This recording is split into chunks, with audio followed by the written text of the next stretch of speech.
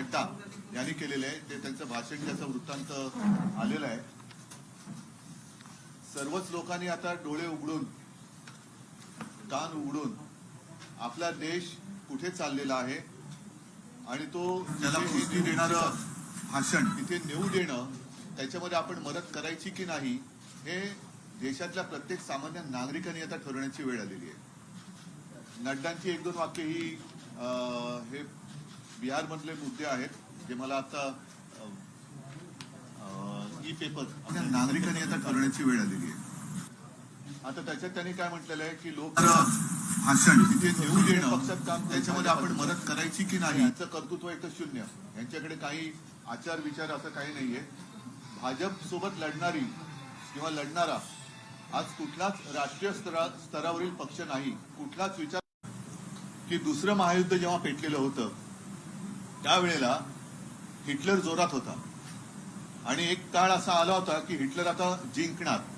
Hitler रोज कुठे ना कुठेतरी बॉम्ब टाकायचा आणि त्यावेळेला मात्र डेव्हिड लो नावाचे एक व्यंगचित्रकार ब्रिटनमध्ये होते, मूळचे ते न्यूझीलंडचे। डेव्हिड लो एक व्यंगचित्र काढायचे आणि हिटलर नामोहरम व्हायचा, म्हणजे हिटलरची तळपायची आग मस्तकात जायची। आणि असं म्हणतात की हिटलरनी त्यांच्या सैनिकांना सांगितलं होतं की हा माणूस आहे तरी कोण, याला घेऊन या, जिंदा या मुर्दा असं जे आपण म्हणतो ना तसं त्याला घेऊन या। तशी परिस्थिती आज आपल्या देशात व्हायला लागलेली आहे की विरोधात जर का कोण बोललं तर त्याला वाटेल ते करून अडकवायचंच आणि तो बऱ्या बोलाने म्हणजे दमदाटी आणि लोभ दाखवून जर का शरण आला नाही तर त्याला अडकवून टाकायचं। ठीक आहे, न्यायदेवतेवरती आमचा विश्वास आहेच, कारण शेवटी 4 स्तंभ आपण आपल्या लोकशाहीचे मानतो आणि या स्तंभांपैकी बाकीचे स्तंभ त्याच्यात एक तुमचा सुद्धा आला आणि तुमच्याच पैकी एक आज त्याला अटक झालेली आहे। ही अटक आणि सगळ्या गोष्टी बघितल्यानंतर मला तर जसं नितीन गडकरी म्हणाले तसं आता वाटायला लागलेलं आहे राजकारण सोडण्याचा मुद्दा नाहीये, पण राजकारण आता घृणास्पद व्हायला लागलेलं आहे, घृणा वाटायला लागलेली आहे या राजकारण्यांची। एक दिलदारपणा पाहिजे। तुम्हाला इतर पक्ष संपवायची जर का हौस असेल तर तुम्ही जनतेसमोर जा, जसे तुमचे काही विचार इतरांना विचार नाहीये तर तुमचं काम सोपं असायला पाहिजे। तुम्ही तुमचे विचार मांडा, ज्यांच्याकडे विचार असतील किंवा नसतील ते त्यांचे मुद्दे मांडतील आणि जो काही निर्णय आहे तो जनतेला घेता येईल, जे आजपर्यंत करत आले। अगदी काँग्रेस सुद्धा 60-65 वर्ष काँग्रेसने राज्य केलं। आज काँग्रेसची परिस्थिती बघितल्यानंतर लगेच जे कोणी सत्तेत बसलेले आहेत त्यांनी मोठमोठ्या बड्या मारण्यामध्ये काही अर्थ नाहीये। कारण हे तुम्हाला सांगतो की मला एका गोष्टीचा नक्कीच एक अभिमान आहे की मी 2.5 वर्ष मुख्यमंत्री जरूर होतो, पण त्या 2.5 वर्षाच्या काळामध्ये माझ्या डोक्यात कधी मुख्यमंत्री पदाची हवा गेली नव्हती, ती मी जाऊ दिली नव्हती आणि मला त्याचा स्पर्शही झाला नव्हता। याचं कारण शिवसेना प्रमुख जे सांगायचे की या सगळ्या ज्या गोष्टी असतात, पद असतील, सत्ता असेल, येते जाते परत येते, पण तू नेहमी लोकांशी नम्र राहा, लोकांशी नेहमी नम्र राहा। मी नम्र राहण्याचा प्रयत्न नेहमी करत आलेलो आहे। आज मात्र ज्यांच्या डोक्यात हवा गेलेली आहे त्यांनाही मी सांगू इच्छितो की निर्घुणपणाने वागू नका। दिवस आणि काळ हा सगळ्यांसाठी नेहमी चांगलाच असतो असं नाही, तो काळ बदलत असतो आणि काळ बदलल्यानंतर आपण जसे लोकांशी वागलोय तसा तो बदललेला काळ हा कदाचित जास्त निर्घुणपणाने आणि दुष्टपणाने तुमच्याशी वागू शकतो किंवा शकेल। तर ती वेळ, ती संस्कृती आपल्या हिंदुस्थानामध्ये आजपर्यंत तरी नाही आहे, ती याच्या पुढे येऊ देऊ नका। शिंदेनी असं काल म्हटलं होतं जेव्हा ते दौऱ्यात होते आता की जुन्या गोष्टी आहेत, मीही बोलू शकतो, अनेक गोष्टी। जाऊ द्या, त्याच्यावरती मी काय उत्तर देणार नाही। आमच्या केदारनी त्याला उत्तर चांगलं दिलेलं आहे, केदार दिघेने उत्तर दिलेलं आहे आणि मला त्याच्याबद्दल काय बोलायचं जे विधान आहे ते फार घातक आहे आणि गंभीर आहे। ते लक्षात घेता प्रादेशिक पक्षांची एकजूट असावी यासाठी आता पुन्हा म्हणजे हा जो मुद्दा ऐरणीवर आलेला आहे एकच हा महत्वाचा मुद्दा तुम्ही मांडलात।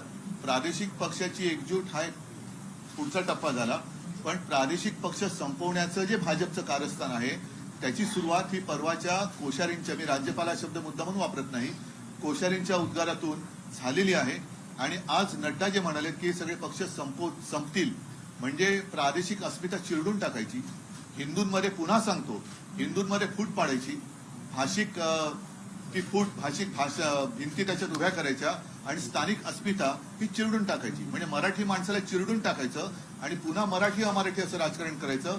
स्वतःच्या राजकारणाच्या तुंबड्या भरून घ्यायच्या आणि आपल्या विरोधात जर कोण असतील तर त्यांना चिरडून टाकायचं. असं हे भाजपाचं कारस्थान आता अत्यंत भेसूरपणाने जनतेसमोर आलेलं आहे. सर, एक प्रश्न असा आहे की ज्याप्रमाणे आपण प्रादेशिक पक्षांना ताकद देण्याची गोष्ट करता, ममता बॅनर्जी या ठिकाणी आल्या आणि सगळ्यांना एकत्र करण्याचा प्रयत्न केला, परंतु तो प्रयोग मात्र राष्ट्रपती उपराष्ट्रपतीच्या या निवडणुकीमध्ये नाही, फसताना पाहतात. एक मिनिट. एकत्र करण्यात शेवटी एक लक्षात घ्या, त्याही वेळेला म्हणजे तेव्हा आणीबाणीच्या वेळेला आणीबाणीला एक अनुशासन, देशाला अनुशासन पाहिजे म्हणून शिवसेनेने जरूर पाठिंबा दिला होता. कारण ते पुन्हा त्याच्यावर ते बोलतील तुम्हीच पाठिंबा दिला होता. हो, ते अनुशासनासाठी.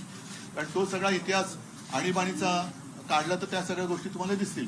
पण तेव्हा सगळेजण ज्यांचा राजकारणाशी संबंध नव्हता, म्हणजे अगदी आपले पु ल देशपांडे, मी महाराष्ट्र पुरतं बोलतोय, दुर्गाबाई भागवत वगैरे, हे सुद्धा साहित्यिक विचारवंत, की त्यांना कळत होतं की अरे हे योग्य नाही चाललेलं आहे. त्यांनी परिणामाची पर्वा न करता त्या लोकशाहीच्या होमकुंडामध्ये उडी मारली होती आणि लोकशाही जिवंत ठेवली होती. तर मला असं वाटतं की एखादी गोष्ट म्हणजे जसं राष्ट्रपतींची निवडणूक असेल, आणखीन गोष्ट असेल, त्याच्यावरनं लगेच तुमचं ऐक्य होणार की नाही हे काही अवलंबून नसतं. आता सुद्धा वेळ गेलेली नाही म्हणण्यापेक्षा अजून वेळ पूर्ण आलेली नाहीये. पण ती वेळ जाण्याच्या आधी किंवा वेळ येण्याच्या आधी देशातील सर्व राजकीय पक्षांनी म्हणण्यापेक्षा सर्व जनतेने विचार करण्याची वेळ आता आलेली आहे. हे जे सगळे प्रयोग होते त्यावेळी काही लोकांनी म्हणतो तेव्हा ईडीएल चौकशा सुरू झाल्या की तुम्ही माझ्यापाशी जुळवून घ्या. म्हणून मी म्हणतो ना, हमाममध्ये गेलेत ते, तो सत्तेचा फेस आहे त्यांच्या शरीरावर. तो फेस गेल्यानंतर मग काय दृश्य असतं ते मला बोलायचं नाहीये, तर ते कळेल.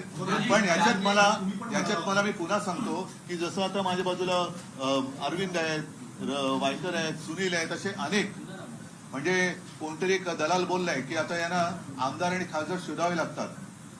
एक दलाल कोणतरी बोललाय, दलाल आहे तो. तर आमदार आणि खासदार ठीक आहेत, पण माझ्या बरोबर आहे ते दमदार आणि वफादार आहेत. माझा प्रश्न हाच होता की तुम्ही पण जिस तरह से जेपी नड्डा जी का बयान आता है और कल जिस तरह से संजय राउत साहब को गिरफ्तार किया जाता है, आज आपने परिवार से मुलाकात की, आपकी क्या प्रतिक्रिया है?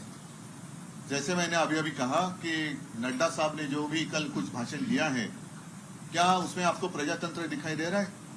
सिर्फ एक ही पार्टी, मतलब उनकी जो पार्टी है वही रहनी चाहिए और वही रहेगी, और बाकी सारे पार्टी, जितनी सारे पक्ष हैं, सारी पार्टियां है, वो खत्म हो जाएगी. आज तक हम मानते थे कि ये शतरंज, यानी कि मराठी में कहते बुद्धिबल, तो इसमें शतरंज नहीं है, बुद्धि का कोई ठिकाना नहीं है, सिर्फ बल वापरले जाते हैं, शक्ति का उपयोग किया जा रहा है.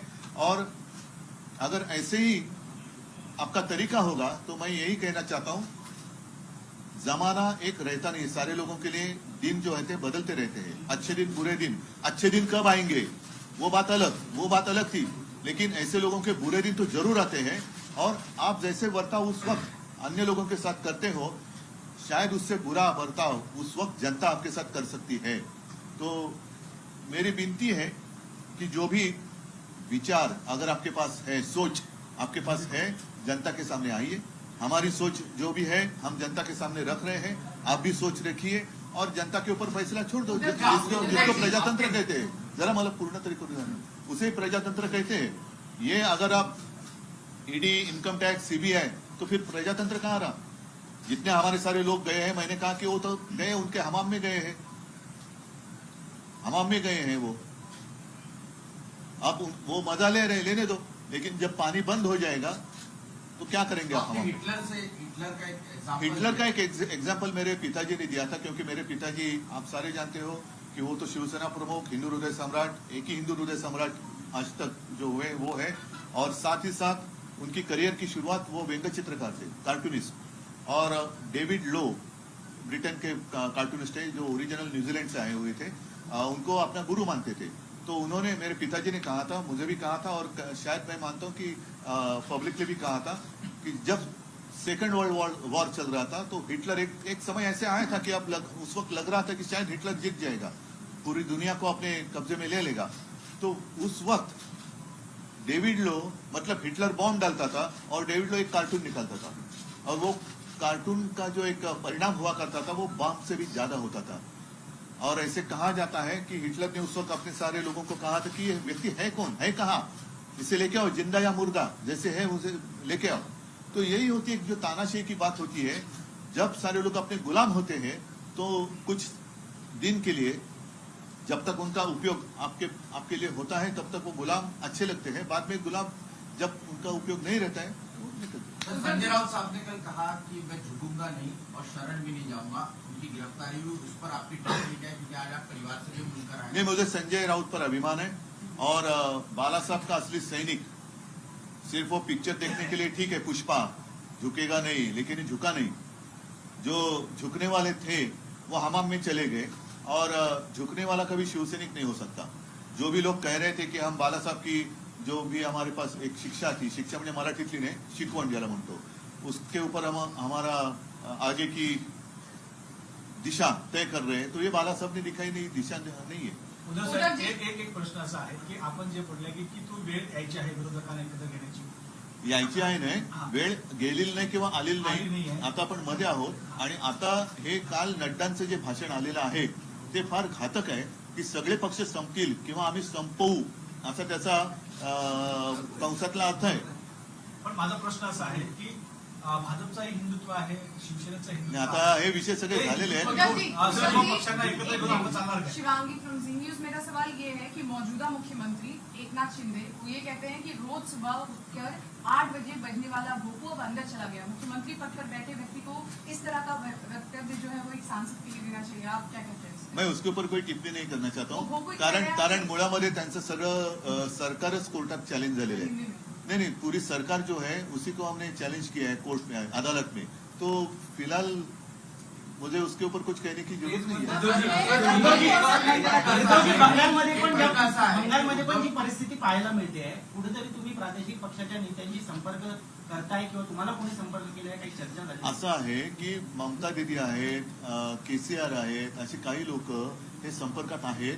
पण जसं मी म्हटलं ना, काल आता यांचा मुखवटा पूर्ण बाजूला झालेला आहे आणि जसं मी परवा आपल्या कोश्यारींना एक धन्यवाद दिले होते की तुमच्या पोटातलं ओठावरती आलं अनावधानाने की महाराष्ट्रामध्ये मराठी माणूस किंवा मराठी अस्मिता चिरडण्याचं जे तुमचं स्वप्न आहे ते तुम्ही कदाचित अनावधानाने आमच्यासमोर आणलं।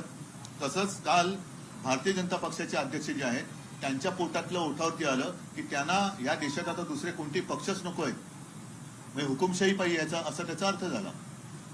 सर, माझा आपण एक एक प्रश्न असा आहे काही ना की काही संजय राऊतांना अटक केल्यानंतर काल शरद पवारांचे अजून एकही वक्तव्य आलं नाहीये, तुम्ही पण तुम्ही बोला आता- ना. तर अशी चर्चा आहे की संजय राऊतांना एकटं पाडलं जात आहे का, यावर तुम्हाला काय मला या फालतू प्रश्नाला उत्तर द्यायची नाहीये, कारण मी आता संजयच्या घरी जाऊन आलो।